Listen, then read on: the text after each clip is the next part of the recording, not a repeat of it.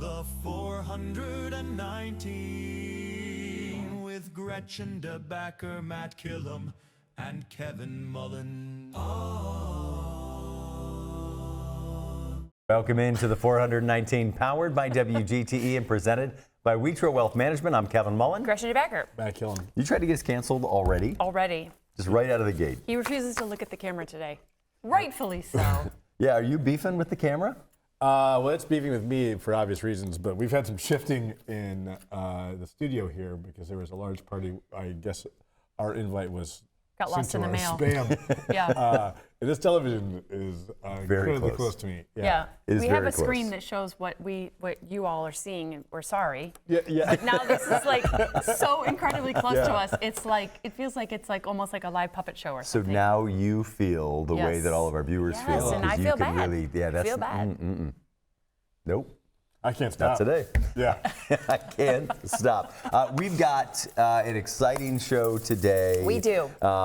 Every Tuesday, our friends at the Community Foundation invite in great people doing great things across the region. There's no question our first guest today fits that bill. We've got Jason Kucsma from the Toledo-Lucas County Public Library. It's shocking he hasn't been on before, but he has since. So that's probably the reason why. Well-constructed sentence, Yeah. Gretchen, as usual. Yeah.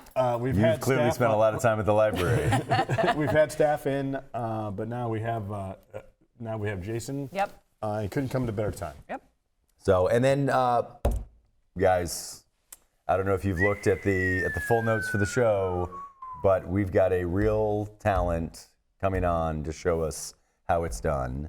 Doni Miller is going to be on the show. WGTE and Toledo legend, so I'm not ready for that. no, we're not. Or worthy, really. We've gone through multiple practice sessions. Shane, our talentless, I wouldn't say leader because that would be a lie. He has notes on here telling us how to behave, how to act. And I'll tell you what, these bullets are as helpful as Shane usually is. The question is whether these are coming from Doni or not. No, there's no way. She's too kind to do that. Oh, okay. These are notes From Shane. for Shane to say, Yeah. don't embarrass us. Got it. If I had scissors right now, I would just trim this document off Yeah. and throw it on the hood of his I car. have him in my ear saying that is spot on, that he just doesn't want us to embarrass Okay. Yeah. All right. us. We know his intention. In front of the pride and joy of WGTE, Doni Miller. Obviously, he doesn't care what we do to Jason because there's no notes on our document. That is probably also For fair. Mr. Kucsma, But so. you know what? But Jason is a good friend, and we're going to have some fun with him. I think he's got certainly an exciting career background, but as a person is also just incredibly kind, and I've enjoyed getting to know him. His leadership in the community has been wonderful. What the library is doing, I'm so excited for it. I want to hear more of his story, what got him into this, and then some of the vision for where it's going, because it's. We're in a world where literally everything changes every day. And so, how an institution like the library continues standing, continues serving the community, what that looks like, needs to and has been changing as the community needs that as well. So it'll be an exciting And conversation. they've got some bold things that they're doing that they should make sure that everyone knows about. So it'll be an update. I don't know how we were able to manage that without Shane's notes, but we did it. It'll be great. Let's take a break. When we come back, we will be joined by Jason Kucsma from Toledo-Lucas County Public Library. We'll be right back on the 419, powered by WGTE. Support for the 419 comes from Wheatro Wealth Management, where we understand that your financial path is personal. Advisory services are offered through Capital Investment Advisory Services, LLC. Securities offered through Capital Investment Group, Inc. Member FINRA and SIPC. More information at wheatroadvisors.com. The 419, powered by WGTE, is made possible in part by supporters like you. Thank you. Welcome back into the 419. Our friends at the Community Foundation are introducing us. That might be a strong term today. This is somebody we know and are friends with and genuinely enjoy, but bring in some great individuals who make a difference in our community. And there's no question Toledo-Lucas County Public Library is doing that. We're joined now by the director, Jason Kucsma. Jason, thank you so much for being here. Yeah, thanks for having me. How is it that we've been doing this show for 3 years? Period. But that's a question. Is it still on? Why? None of these are plugged in. No, they're not. That is actually true. We just didn't have any place else to go. But I feel a little bit like, and bear with me on this terrible analogy, but I feel a little bit like Jason is like the pretty girl in school that doesn't get asked to prom. Is that like you were such an obvious guest for all of us that I think it just we just passed right over. I feel attacked. Yeah, that's a good question. Yeah. I actually hadn't given it much thought. Okay, well, good. No, but as an early listener, I was waiting for the call. Yeah. And I finally got it, so thank you. We're so excited you're here. Talking about how long, we were talking about before the break, but how long you've been at the library. Yeah, I started in February 2015, so it's been over 11 years now. That's amazing. How fast that time has gone. Can you just give us just like a overview on the data of the library, number of employees, number of locations, number of people served, that kind of stuff? Yeah, it's fascinating because a lot of people have their favorite branch, and so that is the library to them. But we have 19 locations, 400 employees, 2 bargaining units. See about a little over 2 million people a year. Do about 5,000 programs a year, free programs for the community. So yeah, Those numbers are staggering. I agree. When you started with the library, you were in what role? Sure, I came back here. I'm an Ohio native. Grew up in Northeast Ohio. I did undergraduate and grad school at BGSU, and then came back in 2015 as the deputy director.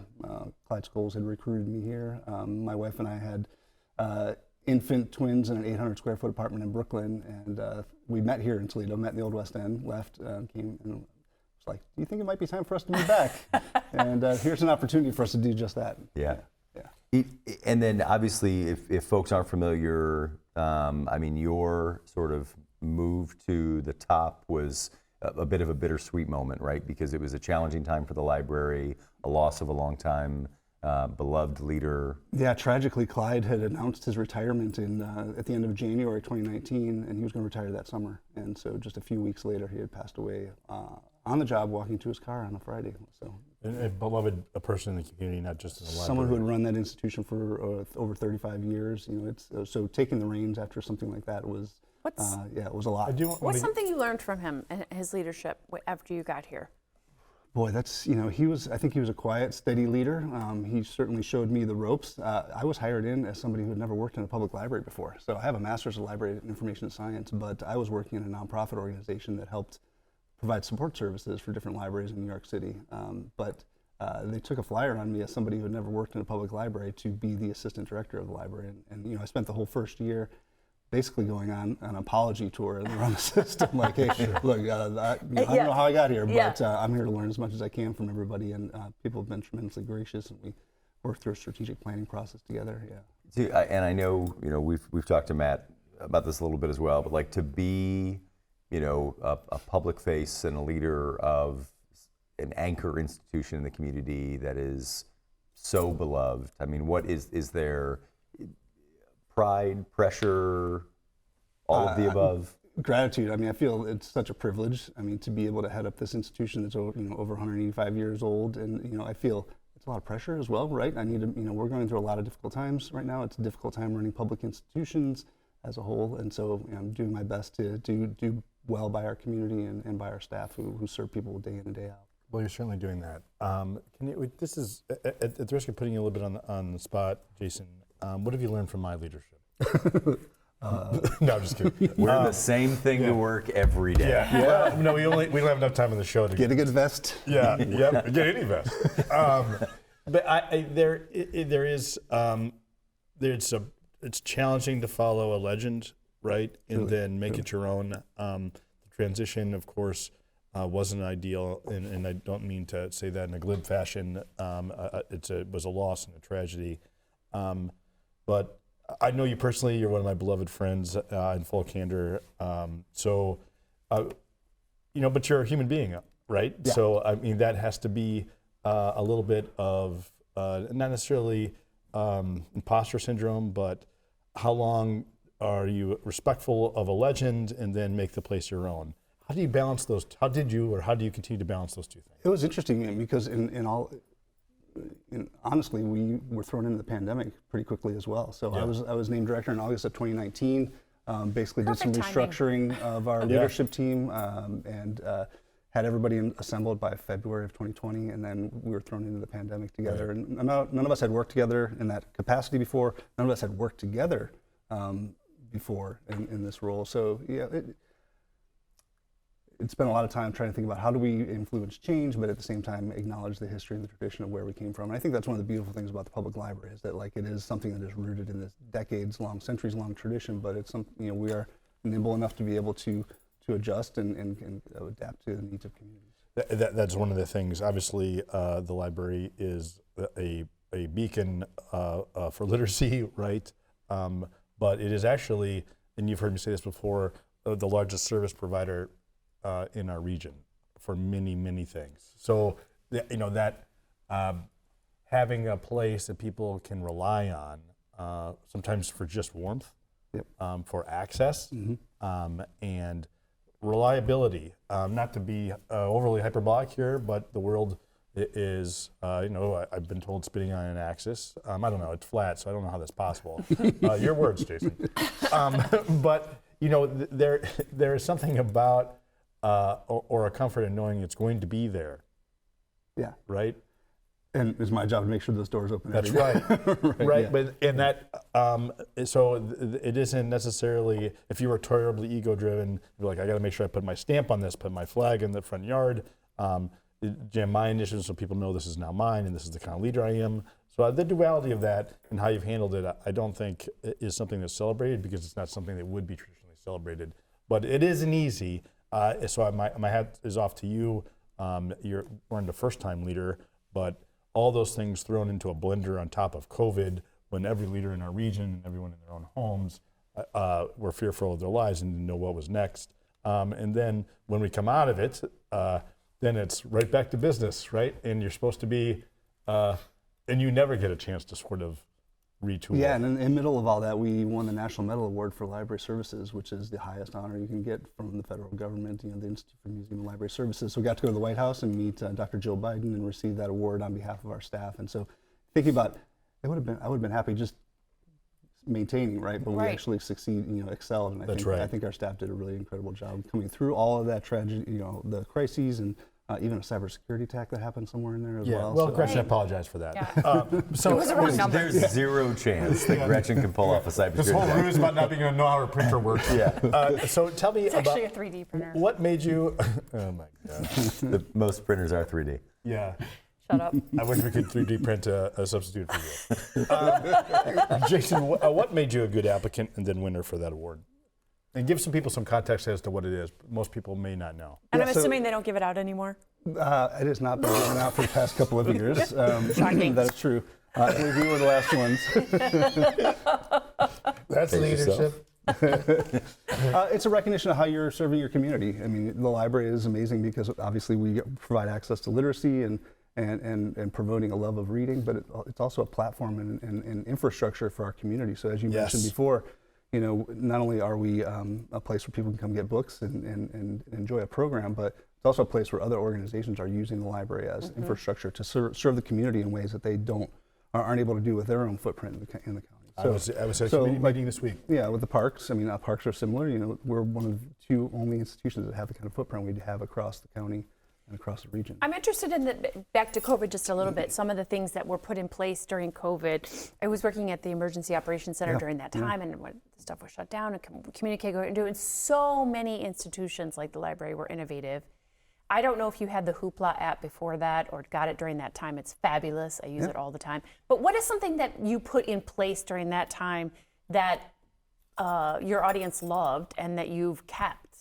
Yeah, the convenience of grab-and-go services. We don't necessarily do that anymore, but it's kind of focusing on that type of concierge service where we're addressing people directly what they need. So people can actually go online right now and fill out a form telling us what the favorite books they just recently read, and we'll have a professional librarian go through those lists and see what they recommend for you to read next. That is kind of so cool. Yeah. Jason, do you feel pressure to read impressive books now? No, not at all. Yeah. As a matter of fact, though, you mentioned Gretchen. I was a terrible reader for the last decade or so, but in the last 10 years, I've been reading a lot more because of audiobooks. I love and people audiobooks so suggest, much. that audiobooks may or may not be reading, but I will My go to my grave saying that they are. family certainly does. I mean, let's be disagree. clear. If the head of the library says an audiobook is reading, It is. it is Full reading. stop. Full stop. Are you allowed many My snarky places? family just said the other day, like, Yeah. did you read? You know, like, did they read that or was it read to you? I was like, shut Well, the fuck you shouldn't talk to them anymore. A lot of places at work, in people's office space, they would get in trouble for reading at their desk. Yeah. Are you allowed to read at your desk There's a during the common day? misconception that our staff just sit around reading all day, which is absolutely not true. I think that we would all love to be able to do that. Yeah. Jason, if you could pick any celebrity who may or may not have been in MASH, who would be the person that you would like to have you read your audiobooks to you? If you could pick anyone's voice. Oh, definitely Jamie Farr. Yes! Yeah. Yeah, I that's see. good. I can see it. I'm going to steal one of Matt's questions that we ask guests from time to time. but- Are you my dad? You could be. This is awkward? Yes. Yeah. Not awkward for me. I'm sorry, Kathy. So when you're designing new programs or thinking about new initiatives at the library, when you're, thinking about the folks that you serve, who is that person? It's everybody. I mean, it's interesting. The library serves. It's a multi-generational institution, so we're serving new families, people with young children, but also our senior folks who are coming together and finding places to be together. And so one of the challenging things to talk about the library is the fact that we do so many things for so many different people, and so even our communications team do a remarkable job of trying to drill into what are the things that are really going to resonate with our community, and ultimately that's what drives the programs and services that we provide. We don't sit around trying to think of things that we want to do. We're trying to listen to what our staff are hearing day in and day out. And your offices are at the main library. Correct. There's been two times in the past couple of weeks I've been able to be at that location. One was for the Metro Parks Takeover Day, which is amazing. Yeah. And then the weekend after, we attended the Peace Choir there in the atrium and sang, and my sister was in from out of town. So we're just walking around and looking at everything. I mean, it is a truly spectacular location, all the way down from the meeting rooms downstairs, the renovation, the parking garage. Yeah. Every single thing about it is beautiful, spectacular, so well taken care of. Do you lose sight of that when you walk in there every day to go to your office? Because of background. I try to make a concerted effort to appreciate that when I walk in there. I mean, you have this gorgeous 1940s Art Deco historic building, but also the innovative addition that was added in early 2000. It's 300,000 square feet of covering 2 city blocks, and there's something for everyone in that building, and it's pretty remarkable. Well said. I vaguely remember, I think, a conversation with you standing in the atrium is the main lobby there. How often do the glass tiles get checked? Once a year, we have somebody who comes through and taps every piece of, so we have this Vitrolite glass panels and these glass murals. No. Vitrolite was made in Toledo. They're tapped every year to test the integrity to make sure they're not falling off the walls, and so it's something that very few people know about that. And we do have guided tours, or self-guided tours. People can pick up a brochure, and if you've got an hour you want to spend and you want to learn about the building and the history behind that library, you can do that. I think Vitrolite was invented in Toledo. Correct. Sure.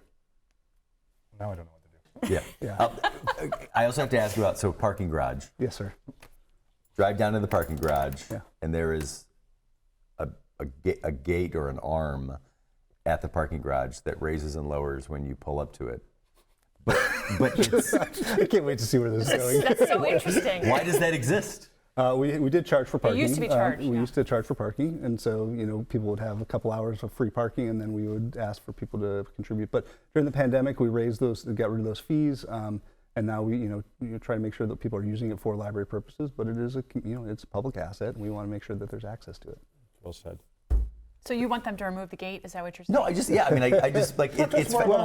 isn't often but it isn't often that you go into a lot that has an arm. Yeah. But it's free. Yeah. Well, And so it's like, well, what's the point of it if it's free? But I didn't realize that Jason's charged. gentle reminder that I'm in control here. Yes. I can put these fees back I sit anytime. behind my desk and just push a button all day long. That would Watch the be video. Letting people in. Yeah, that's right. Yeah, It's either Look out that my or window. read. yeah, that's right. exactly. That's right. But you could do that while you're listening to a book. Yeah. So it's perfect. Listening to. We got about a minute left. Jason, I'm curious kind of your first, as a kid, what your relationship with your local library in Northeast Ohio, what was that like? Willoughby East Lake Library in Northeast Ohio, right on. That's a good one. And I devoured every Judy Blume, Encyclopedia Brown, Beverly Cleary Encyclopedia book. Brown. Yeah, I love those. Absolutely. Yeah. And so, devouring those as a kid, and again, learning to love reading. Not a lot of people know this, but Encyclopedia Brown evolved into Dateline.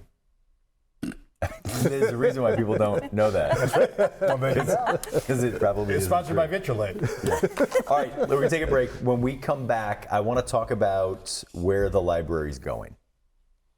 We're talking with Jason Kucsma from Lucas County Public Library. We'll be right back on the 419. To me, community means connecting to others. I'm Doni Miller, and welcome to The Point. We're a community committed to education. Discover new ideas, dive into exciting subjects, and engage with the world around you. I would send them personally a t-shirt. Crime doesn't pay in the old West End, pass it on. That's how we cleaned up the neighborhood.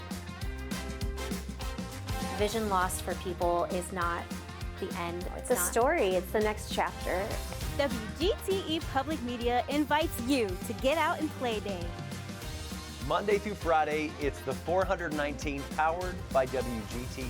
With Matt Killam, Gretchen DeBacker, I'm Kevin Mullen. What can people expect on the show? It's going to be an hour, a reminder of why this is a great place to live, work, and play. WGTE, where you come to watch, listen, and learn. Welcome back into the 419 powered by WGTE. We're talking with Jason Kucsma, the director of the Toledo Lucas County Public Library. I looked it up. Vitrolite was invented in the early 1900s.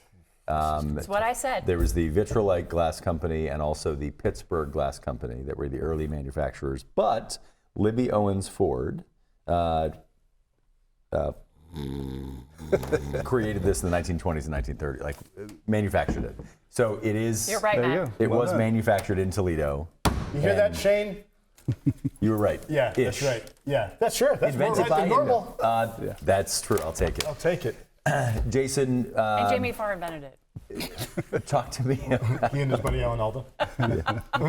They're good friends. So let's talk about the library. How do you guys, maybe let's talk about just the structure of planning for the library. How far ahead are you guys looking? And what does that process look like to figure out?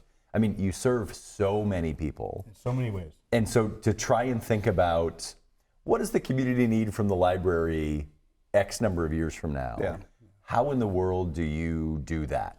And also, if I could, how do you do that? And also, what does success look like for a library system?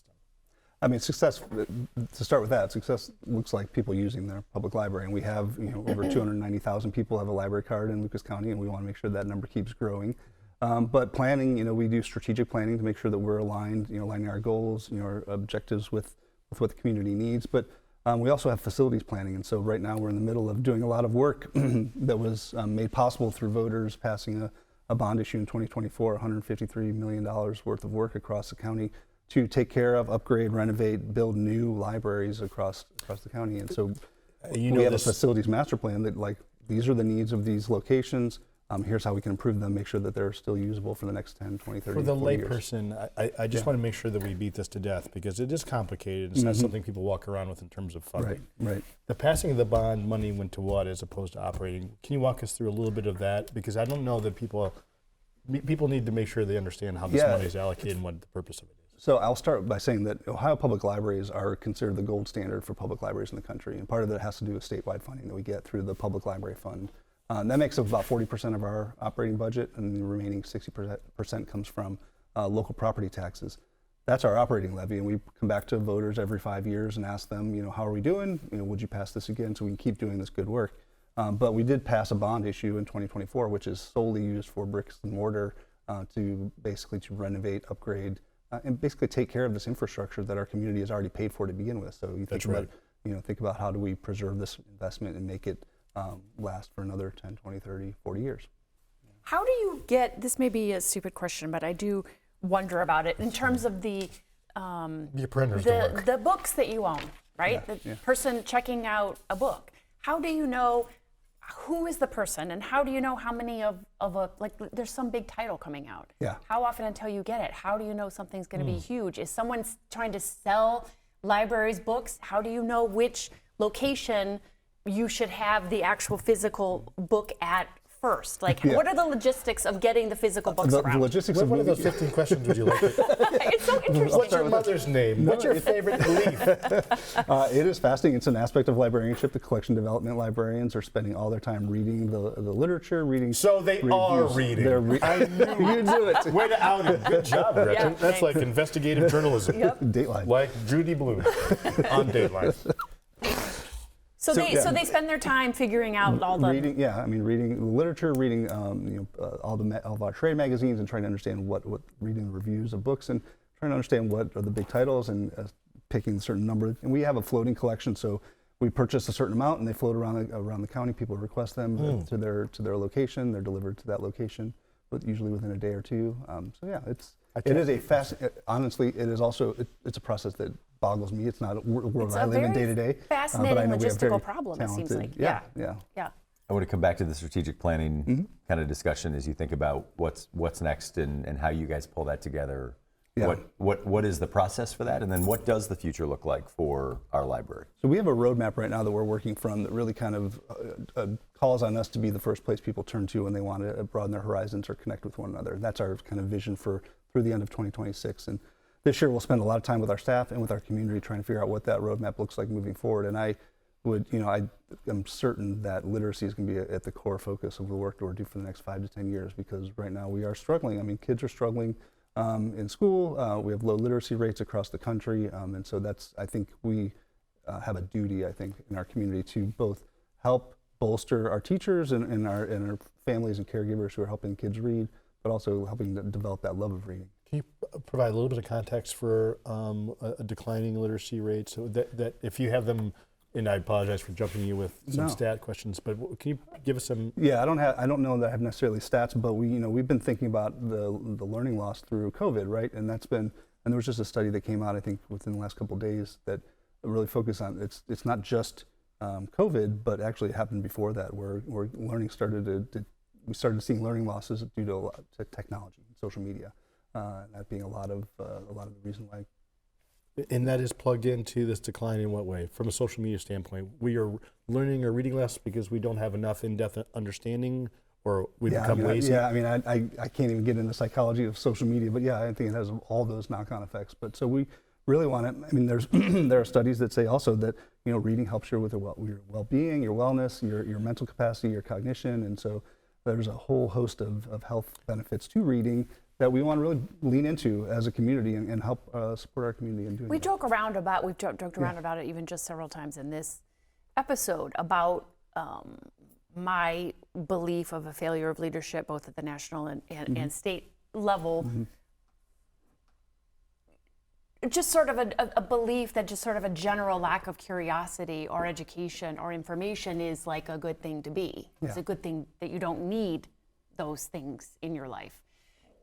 What are you seeing? What is the library's position as it relates to that trending sort of position in our country, and what can be done about Well, it? you're speaking my language around curiosity, because I talk about that with my leadership team all the time and with our staff. Like, we need to develop a more healthy love of curiosity, being more curious about everything that's going on around us. We make so many quick assumptions about what's happening in our communities, what's happening at the federal, in our governments, and what's happening in our schools.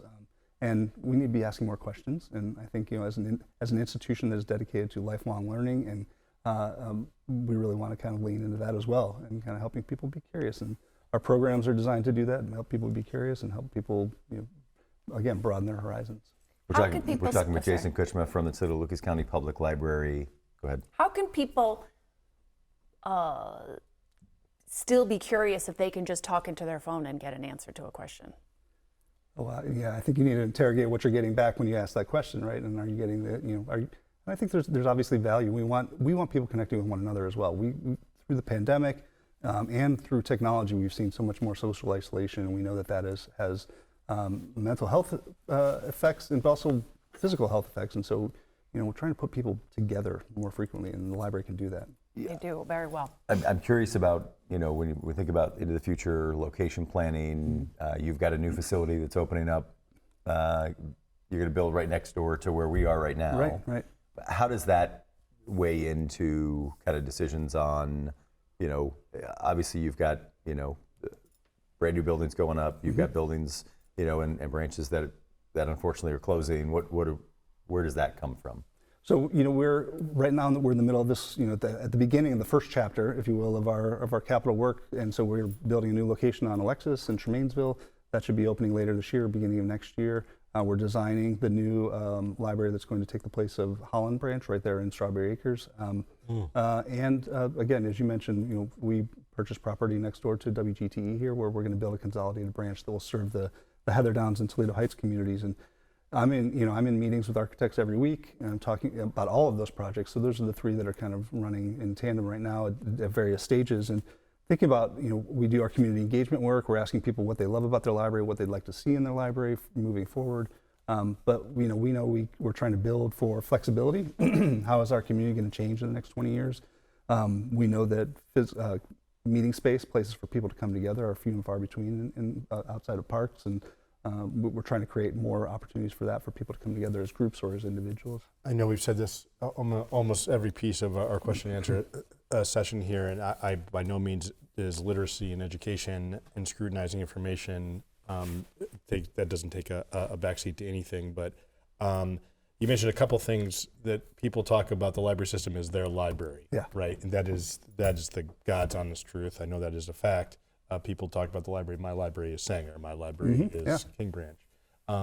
And as we transition awkwardly into Gretchen's wacky quiz, which is always the decline of even some civilization. Yeah. But the ability for us to commune again, and again, we're not on a soapbox here about the apocalypse being upon us from just connecting through our phones. For those who are listening, the air quotes there. But why is it important for us to be able to gather and get information? I think the more time we spend with each other, that we recognize how much more we have in common with each other. That's and right. I think, technology, pandemics, things that push us further apart, it's much easier to make assumptions, to draw about people without actually asking and finding out. And so I think anytime we could be in the same room with each other, there's opportunities for growth. We talk about the benefits of a library, and you talk about, curiosity, learning, academic, all of the folks that you serve in so many different ways. But there's an economic benefit to investing in a library as well. Yeah, I mean, you were mentioning people, have ownership of the library, and that's not just metaphorical. Like, we are paid for through public dollars, and so we want to make sure as a leadership team and as a system as a whole, and with my trustees, that we're providing a good value for that dollar. And so we recently did a social return on investment study. We spent the last year looking at a couple pillars of our strategic planning priorities, and assessed that about $7 is being returned for every dollar that's invested. And I think so, yeah. Jason, briefly, you are also involved in a little-known organization called the Toledo Area Cultural Leaders, along with some other major institutions in our community. Why is it important for the library to be part of that organization? Yeah, so we're all these. One of the things that makes Toledo amazing is these quality of life amenities that we have, and so I think we punch well above our weight when it comes to the resources that we have to make life great here. And so wanting to make sure that we're aligned with what's happening at the Art Museum, what's happening at the Metro Park, what's happening with the Museum of the Great Lakes, performing arts in the community, and so having those regular check-ins with each other, finding out what people are working on, helping solve problems together. I think a lot of that. Anytime, another thing that's great about Toledo is that we're small enough to have that kind of proximity with one another, and we're not necessarily always competing for resources. And how do we support each other in those ways? Let's talk about Community Foundation, right? I mean, you're a leader of an incredible organization that serves the community. You've had tremendous leadership and vision in your time at the library. There's a change that is still afoot at the Community Foundation. Talk to me about what you're seeing coming out of that organization. Yeah. So I mean, Kate I think I've been really impressed with the work that she's been doing over the in early time in her tenure. We've worked with them pretty closely around the Center for Nonprofit Resources as well, because we have a small business and nonprofit department, and so we want to work in tandem with them. So thinking about what the future of that institution looks like, and I've appreciated that Kate and her team have brought a lot of community folks together to help chart that path forward, so they're not trying to do it in a vacuum. Jason Kucsma, Toledo Lucas County Public Library. All right, buckle up. It's now time for Gretchen's Wacky Quiz. 4 rapid-fire questions. Sorry. Describe Toledo in 1 word and your 9 favorite things in Toledo. That's the 419. If you were making dinner, what would you make?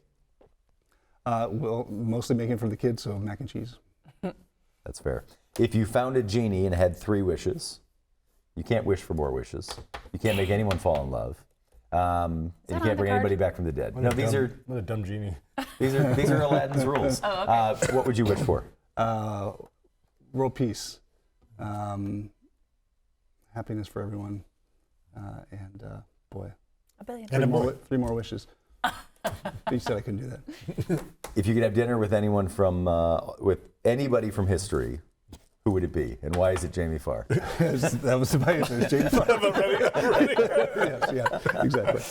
Yeah. All right. If you drew everything that came to your head, what would you be drawing right now? And why? And why is Why it is it a Jamie Farr? suicide note? Why is it Jamie Farr? Yes, that's a very good Jamie question. Farr? Yes. Sure. Okay. What is the 1 word you would use to describe the city of Toledo? Surprising. Nice. Okay, I don't think anyone said All that. right, brother, buckle up. 9. Let's do it from the top. People, Love it. parks, Yep. possibility, Yeah, I love it. Do all P words. history, hens, Yeah. hummus, Yes. Nice. You got 3 left. Gretchen, Matt, and Kevin. Nice. Wait, what's your bride's name? Megan. Good list, bub. Well done. Jason, we're so happy you were here. Thanks for having me. It was so fun. Most of us are happy you're here. Jason, if people want more information on the library, where can they find it? Always go to ToledoLibrary.org. What's the next big thing you guys are working on that people can get excited about? Summer Read's coming up right around the corner. We had tens of thousands of people participate in the Summer Read program. It's a way for us to kind of make sure the kids are reading over the summer, make sure adults are reading as well, and there are prizes and people can earn, and just read as much as you can over the summer. I think we should have a summer read competition between the 3 of us I so do that too. I can win some prizes. Do it. That's the only contest you're going to win with the 3 of us. Yeah. If people don't have a library card, what's the process to get a library It's card? very easy. We make it super easy. Just go to ToledoLibrary.org. I think in the top right-hand side of the page, it says get a card. Or stop by any of the locations, and our staff will be glad to give you get you a library card. And you can Great stuff. download the Hoopla app and you can rent audiobooks from the Toledo Lucas County Public Library. Lots of digital options, lots of things in person, print, all the above. Great. Jason Kucsma, Toledo Lucas County Public Library, thank you so much for joining us. Yeah, thanks for having me. Appreciate it. You brought us some gifts. We will, on social media, we'll open those up. We're going to take a break. When we come back, we'll be joined by WGTE's own and a real TV legend. A real legend, yeah. Doni Miller. We'll be right back on the 419. Support for the 419 comes from Witro Wealth Management, where we understand that your financial path is personal. Advisory services are offered through Capital Investment Advisory Services, LLC. Securities offered through Capital Investment Group, Inc. Member FINRA and SIPC. More information at WitroAdvisors.com. Destination Toledo. Whether you're a local or a visitor, Destination Toledo invites you to explore the region and be a tourist in Toledo. Find events, dining, and things to do at visittoledo.org. WorkSpring. HR issues and employee well-being go hand in hand. WorkSpring supports employers through compliance, training, and wellness because healthy workplaces don't happen by accidents. Learn more at workspring.org. Toledo Refining Company, a subsidiary of PDF Energy. Toledo Refining Company is a supplier of fuels that keep our region moving. Located in Oregon, Ohio, the refinery processes crude oil into gasoline, diesel, jet fuel, and other petroleum products. And TARTA, celebrating its 55th year of connecting Northwest Ohioans to their community. More information at tarta.com. Welcome back into the 419, powered by WGTE. It's not often. I am legitimately nervous as we go into this because I'm such a huge fan of our next guest. Please welcome to the set WGTE's own Doni Miller. Doni, thank you so much for being here. You are so welcome. That was a really nice compliment. You don't get a raise, but thank you. Well, that's the show. That's it. That's right. We're done now. So, first of all, you've been doing a show here on WGTE for a minute. Why don't you talk to us about, what is and why do you do To the Point? First of all, I have to tell you that working here is a dream. It is an absolute dream. The staff is amazing. Shane is incredible. I mean, they're all They're all just really, really so good. Now there's 2 Shanes then? Because we just have Okay, the one. Shane, did you hear that? I was trying to. Yeah. It's just been a joy. It's such a break from what I do every day and the issues that we face in my regular job, which are sometimes life or death issues, quite frankly, and navigating a really tumultuous political landscape nationally and locally.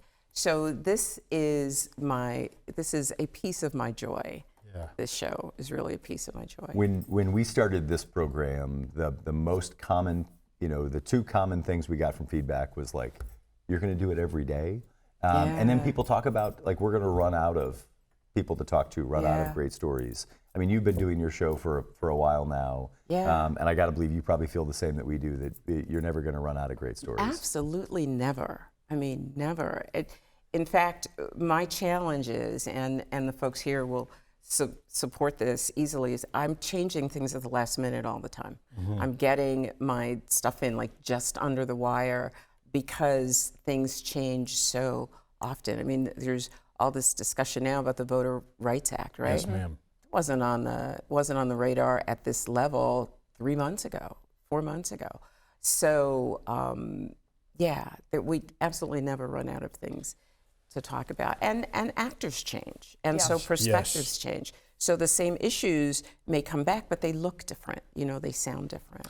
Well, I'm always curious as someone who tries to stay on top of issues and opinions. When you wake up and when you start your routine, where do you go for information? Do you have most people check a series of things to get their information or their news. Do you have a regiment in that way? It's an unintended one, I think. After you do this kind of work for a long time, for as long as I have, I had a show at another station for 25 years. So after you do this kind of work for a while, people tell you things, and so you, which I think is such a valid source of information. I mean, we really want to know what people think. The issues aren't issues, really, unless they're important to people. Well said. And so I listen to folks who call me or who'll come to me and they'll say, I'll tell you this, but don't you tell anybody. And I'll say, okay, nobody watches the show, I won't tell anybody. And I have my significant other who reads newspapers all day and listens to radio shows all day, is always calling and telling me things. So it's not a let me get up and read the newspaper and then see what's online. It's not that kind of information. Talk to me a little bit about the responsibility you feel to be the gatherer of this, and then be at minimum a beacon or a vector for voices and issues. That's a lot of responsibility. Well, and that's very nice of you to say. I don't see it in quite that large of scope. But I have to tell you that it's not as much a responsibility as it is an honor. I mean, to have someone give you a venue to talk about the issues that you think are important is really pretty cool stuff. Yes, I mean, it's really, it's undefinable for me. I wake up every day and I try and focus on gratitude, if that makes sense. Yes. And this is one of, someone said to me yesterday, have a good day on purpose. And I thought, oh yeah, I've heard that, but today it makes sense. I'm gonna have a good day on purpose. And part of that is folding in the gratitude that I feel for having been given the opportunity here and other places to talk about issues that I think are important to make life better, to educate folks on how they can make the choices they need to make to live the quality of life that they want to live. Not that I think or you think or Gretchen you think, the quality of life that people decide they want to live. But that's their right. They live in this country. And for now, they still have For that at least for now. choice. Tell us a little bit about the, at least I am also surprised and appreciative when people want to come on the show and talk to us. It's just, it's a Especially very at this- interesting Which is not the case experience. this morning. That's right. Especially this hour Yes, of the morning. exactly. Well, talk to us a little bit about the commitment to the local focus that WGTE has, and why that focus on local issues is, even national issues, how they affect local people is important. First of all, I have to say that, this is going to sound like a love fest between me and the station, and it in fact is, but I was so proud of the way they sort of got knocked down and stood back up, and they did it quickly, and they did it with this you got me, you think you got me, but you really didn't sort of focus, and we're going to keep doing this work that we do. And I think for everybody out there who pushes back that way, no matter what side of the aisle you're on, you have the right to say what you want to say. And I don't think that people, because we're distracted by the fact that here, 2 weeks ago, gas was $4.99 a gallon. This morning I saw it at $4.36, I think, a gallon. But those things are extremely important. But at the end of the day, imagine not having the ability to say what you want to say out loud without fear. And a lot of folks are afraid right now to say what they want to say. This station stood up and they said, nah, you didn't get me this time. And I love that. We do too. Love that. I want to talk about Doni Miller outside of TV, but let's start with little Doni Miller as a child. Talk to me about childhood. Where'd you grow up, and what was that like? So I grew up. Since you asked, because really I don't think anybody cares, but since you asked, I grew up I was born in a little town in Mississippi called Louisville, Mississippi. It's so small, in fact, that the streets. My mother had huge family, 11 brothers. Wow. 7 sisters. I mean, just a huge family. And the streets were named after some of my uncles who were there. So, like, if you wanted to go someplace, they'd say, you want to go to the Walmart? Well, like, you go down the road, it turned at Leo Street. It's my Uncle Leo. Or you go down, you see where Harvey lives. It's my Uncle Harvey.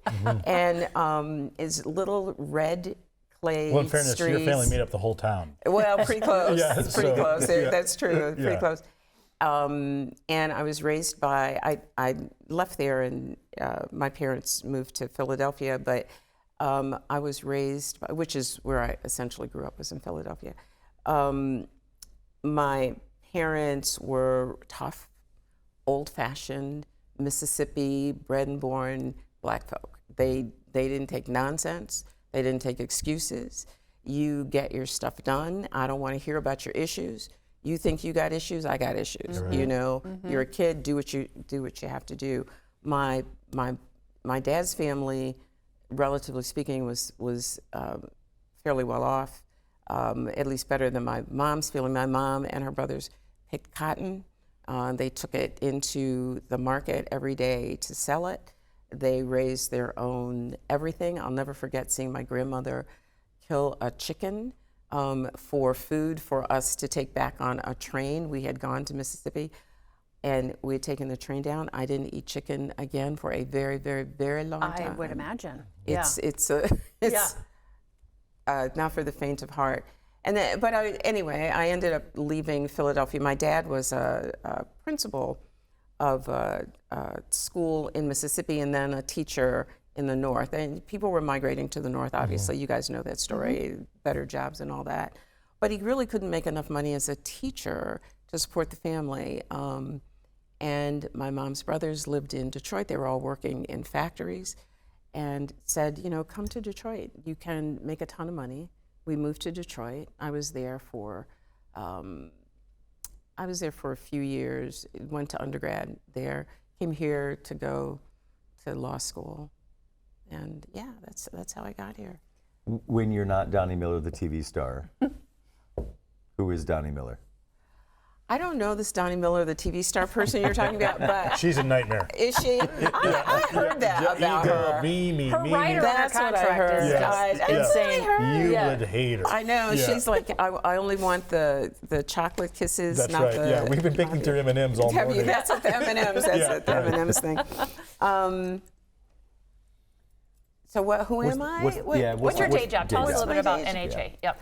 So NHA is really pretty cool. Very It is a system. We have 14 clinics now, and opening a new one on the 22nd of May, which is really cool. It's called Doc Martin's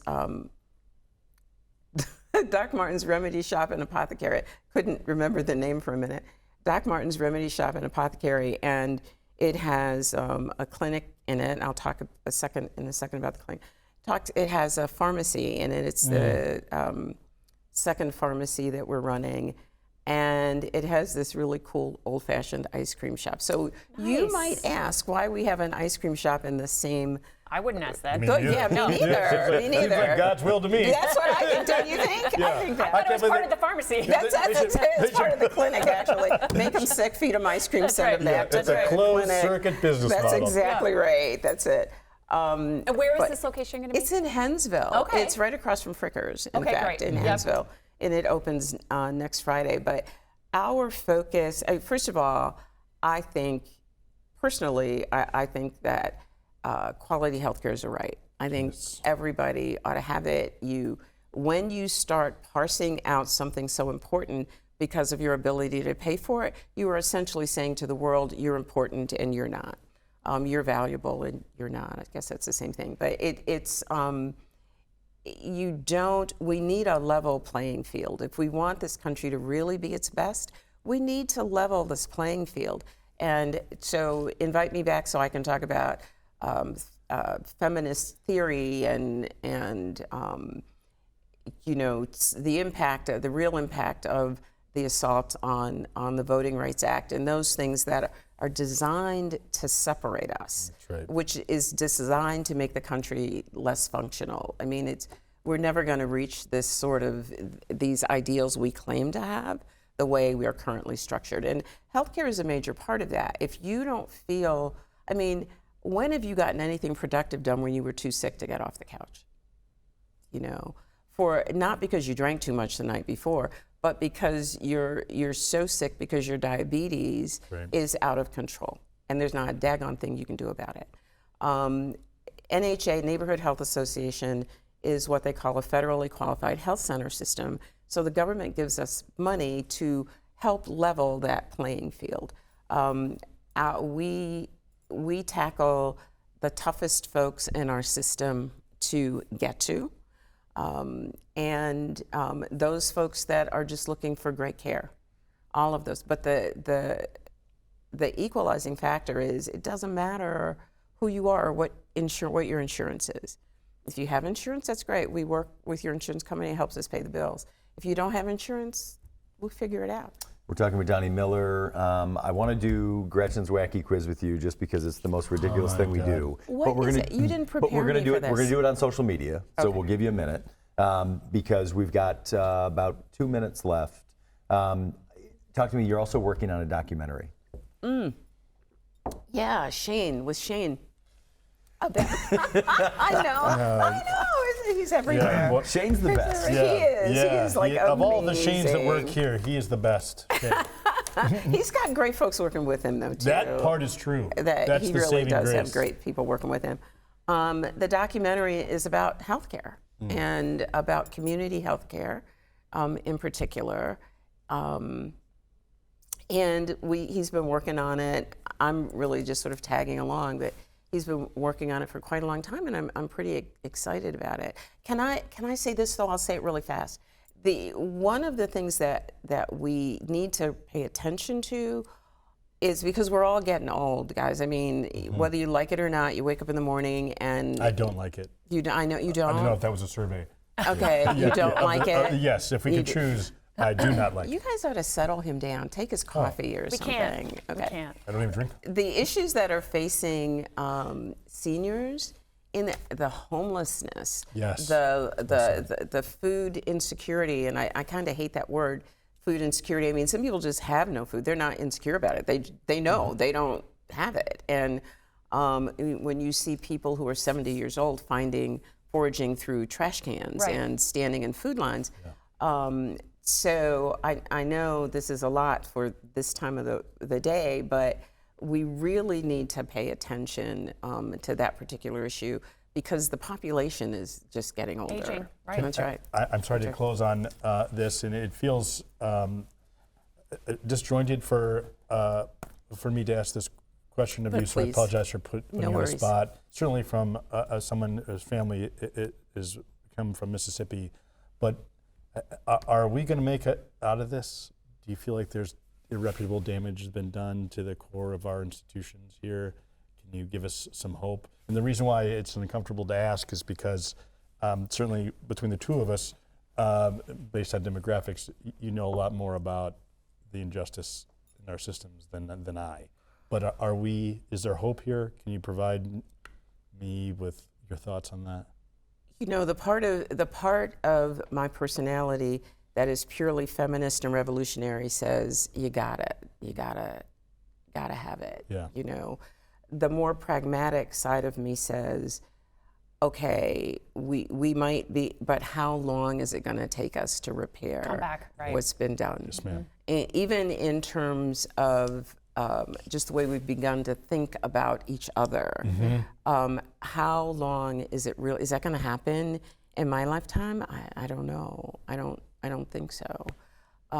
That's the concern, is that the changes that have happened, are people going to care enough to go back, right? And fix what the problems have been. Right, Yeah. absolutely. To the Point with Donnie Miller on WGTE. You can check it out, WGTE.org. Donnie, thank you so much thank for you so joining You're us. so welcome. This turned out to be so much fun. Yes. Yeah, well, thank Good. you for the surprise in your voice. Turned out to be so much fun. I love it. We're going to take a break. When we come back, we'll wrap up this Tuesday edition of the 419. You laughed with us. You learned with us. Hi, neighbor. We made sure your childhood was special. Memories that could only be provided by PBS. For generations, we've given you programs that made a difference. Programs that entertained, informed, and inspired. And today is no different. This is WGTE Public Media in Toledo. It's where you belong. Welcome back into the 419, powered by WGT, as we wrap up a Tuesday edition and a jam-packed show. Yep. Jason Kucsma from the library and Donnie Miller. She's fantastic. We're not worthy. Yeah. No, not at all. I am, but you two, come on. She's got a great program here on WGTE, but beyond that, doing incredible work in the community with neighborhood health. They've got a new building opening up later this month, actually just in a couple of days. And then, of course, the documentary that she's working on with Shane talked about. You can find information on all of that at WGTE.org. What's something that you learned from Jason that you didn't already know? From Jason? Yep. How to say his last name. That's fair. It is tough. After 20 some odd years. No, I am excited about summer reading starting June 1st. So I think we should all do it. Yeah, and we did it. Those mugs are darling. Yeah, so he gave us these gifts. We didn't get to it on the actual show, so this is a surprise to you, but we did walk through this on social media. You can check out that segment on our social media channels. These are the gifts that when you complete the summer reading challenge, you get a sweet mug like this.